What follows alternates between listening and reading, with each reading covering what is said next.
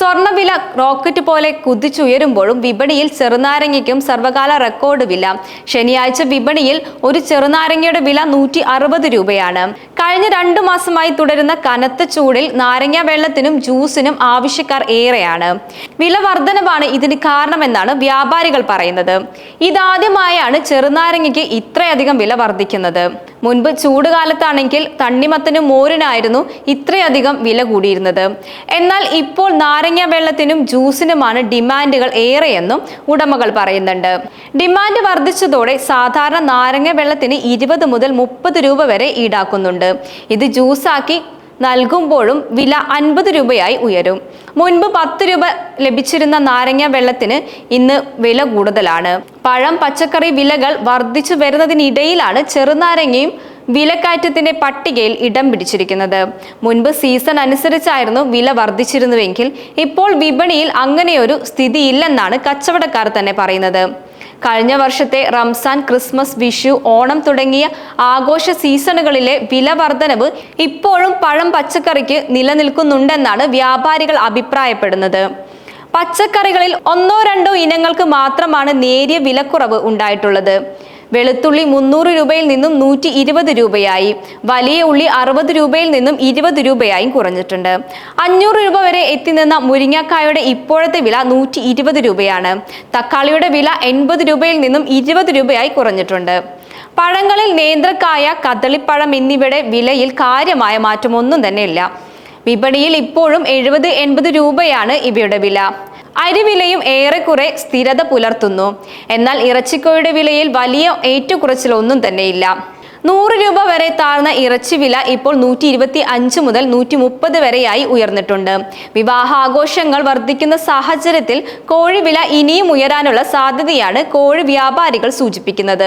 ചൂട് വർദ്ധിക്കുന്നതിന് പുറമെ വേനലവധി ആയതിനാൽ ഇനിയും പഴം വിപണി കൂടുതൽ സജീവമാകുമെന്നാണ് പ്രതീക്ഷിക്കുന്നത്. പഴവർഗ്ഗങ്ങൾക്ക് വില വർദ്ധിക്കുന്നതിനനുസരിച്ച് ബേക്കറിയിലും കൂൾബാറിലും എല്ലാം ജ്യൂസുകൾക്ക് വലിയ വില കൊടുക്കേണ്ടി വരും. ഡ്രാഗൺ ഫ്രൂട്ട്, ഷമാം, അനാർ പോലുള്ള വ്യത്യസ്ത പഴങ്ങൾക്കും വലിയ സ്വീകാര്യമാണ് വിപണിയിലുള്ളത്. പ്രധാനമായും ജ്യൂസ് നിർമ്മിക്കാനാണ് ഇവ ഉപഭോക്താക്കൾ വാങ്ങുന്നത്. ഇളനീർ ജ്യൂസിനും ഡിമാൻഡുണ്ട്. വഴിയോര കച്ചവടക്കാർക്കും ചാകരക്കാലമാണിത്. മോരും താരമാണ് ഇപ്പോൾ. നാട്ടിൻ പുറങ്ങളിൽ വഴിയോര വിപണിയിൽ മാത്രം സജീവമായി മോരുവെള്ളം ഇപ്പോൾ നഗരങ്ങളിലും കാണാൻ കഴിയും. വിവിധ പേരുകളിൽ നാടൻ ഉൽപ്പന്നങ്ങളുടെ വിൽപ്പന പൊടിപൊടിക്കുകയാണ്.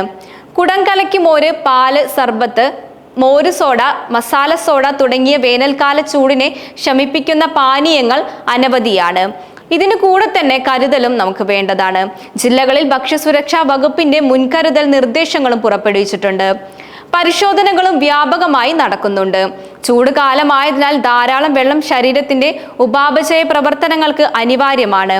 അതിനാൽ തന്നെ ഭൂരിഭാഗം ആളുകളും ആശ്രയിക്കുന്ന ഒന്നാണ് ജ്യൂസ്. കുട്ടികൾ ഉൾപ്പെടെ ദിവസേന യാത്ര ചെയ്യുന്നവർക്ക് പുറമെ ജോലികളിൽ ഏർപ്പെടുന്നവർക്കും ആശ്വാസമാണ് ഇത്തരം വിപണികൾ എന്നിരിക്കെ ഭക്ഷ്യസുരക്ഷയെക്കുറിച്ചും ബോധവാന്മാരാകണം.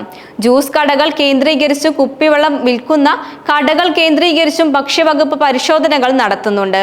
ഭക്ഷ്യസുരക്ഷാ അസിസ്റ്റന്റ് കമ്മീഷണറുടെ നേതൃത്വത്തിലുള്ള സ്ക്വാഡുകളാണ് പരിശോധന നടത്തുന്നത്. വഴിയോരങ്ങളിലുള്ള ചെറിയ കടകൾ മുതൽ എല്ലാ കടകളിലും പരിശോധന നടക്കും. സുരക്ഷിതമല്ലാത്ത വെള്ളവും ഭക്ഷണവും കഴിക്കരുത്. കടകളിൽ നിന്നും പാതയോരങ്ങളിൽ നിന്നും ജ്യൂസ് കുടിക്കുന്നവർ ഐസ് ശുദ്ധജലത്തിൽ നിന്നുണ്ടാക്കുന്നതാണെന്ന് ഉറപ്പുവരുത്തുക. തിളപ്പിച്ചാറിയ വെള്ളം കുടിക്കാനും ശ്രദ്ധിക്കുക. ആഹാര സാധനങ്ങൾ ചൂടുകാലത്ത് പെട്ടെന്ന് കേടുവരുന്നതിനാൽ എല്ലാവരും പ്രത്യേകം ശ്രദ്ധിക്കണം. ചൂടിനെ ചെറുക്കാൻ ശീലമാക്കാം. വേനൽക്കാലത്ത് നേരിടുന്ന ചില പ്രശ്നങ്ങളുണ്ട്. വെള്ളം ധാരാളം കുടിക്കുക മാത്രമാണ് ഏക പോംവഴി. അതുപോലെ തന്നെ ഈ സമയത്ത് ശരീരം തണുപ്പിക്കാൻ പഴങ്ങളും ജ്യൂസും ഇളനീരുമെല്ലാം കുടിക്കുന്നത് ശരീരത്തിന് ഗുണം ചെയ്യും. തണ്ണിമത്തൻ ദാഹം ശമിപ്പിക്കുന്നതിനോടൊപ്പം ശരീരത്തിന് പോഷണവും പ്രദാനം ചെയ്യുന്നുണ്ട്. തണ്ണിമത്തന് 95% വരെ ജലാംശം നിലനിർത്താൻ പറ്റും. അതിനാൽ വേനൽക്കാലത്ത് തണ്ണിമത്തൻ കഴിക്കുന്നത് ശരീരത്തിന് ഉന്മേഷം പകരും. 4 വ്യത്യസ്ത ഇനം തണ്ണിമത്തൻ ഇപ്പോൾ വിപണിയിൽ ലഭ്യമാണ്. ശരീരത്തിലെ ജലാംശം നിലനിർത്തുന്നതിനോടൊപ്പം രക്തസമ്മർദ്ദം കുറയ്ക്കാനും ഹൃദയത്തിന്റെ ശരിയായ പ്രവർത്തനത്തിനും ഇത് സഹായിക്കും. വിറ്റാമിനുകളായ C, A, B എന്നിവയാൽ സമൃദ്ധമായ പപ്പായയിൽ 90%-ലധികം ജലാംശമുണ്ട്. മിനറലുകളും നാരുകളും ആന്റി ഓക്സിഡുകളും പപ്പായയിൽ ധാരാളമായിട്ട് അടങ്ങിയിട്ടുണ്ട്. ദഹനത്തെ എളുപ്പമാക്കാനും മലബന്ധം തടയാനും ത്വക്കുകളുടെ സംരക്ഷണത്തിനും പപ്പായ വളരെ നല്ലതാണ്. വിറ്റാമിനുകളായ എ, ബി, സി കൂടാതെ പൊട്ടാസ്യം, മഗ്നീഷ്യം തുടങ്ങിയവയുടെ കലവറയാണ് മാമ്പഴം. ചൂടുകാലത്ത് മാമ്പഴം ശരീരത്തിന്റെ ആരോഗ്യത്തിന് വളരെ നല്ലതാണ്. വേനൽക്കാലത്ത് മാമ്പഴം കഴിക്കുന്നത് ദഹനത്തിനും ഗുണം ചെയ്യും. ആന്റി ഓക്സിഡുകളും വിറ്റാമിനുകളും മറ്റു ധാതുക്കളും ധാരാളം അടങ്ങിയ സ്ട്രോബെറി വേനൽക്കാലത്ത് മികച്ച പഴമാണ്. ഓറഞ്ചും ശരീരം തണുപ്പിക്കും. ഓറഞ്ചിൽ വിറ്റാമിൻ സി ധാരാളം അടങ്ങിയിട്ടുണ്ട്. ഇത് പ്രതിരോധ ശേഷി വർദ്ധിപ്പിക്കുക മാത്രമല്ല കണ്ണിന്റെ ആരോഗ്യത്തിനും മികച്ചതാണ്. ഇവ ദഹനത്തിന് സഹായിക്കുകയും ചെയ്യും. കേരളത്തിലെ ചെറുനാരങ്ങ വില വർധനവിനെ കുറിച്ചുള്ള നിങ്ങളുടെ അഭിപ്രായങ്ങളും അതുപോലെ തന്നെ പഴങ്ങളെ കുറിച്ചിട്ടുള്ള നിങ്ങളുടെ അഭിപ്രായങ്ങളും രേഖപ്പെടുത്തുക.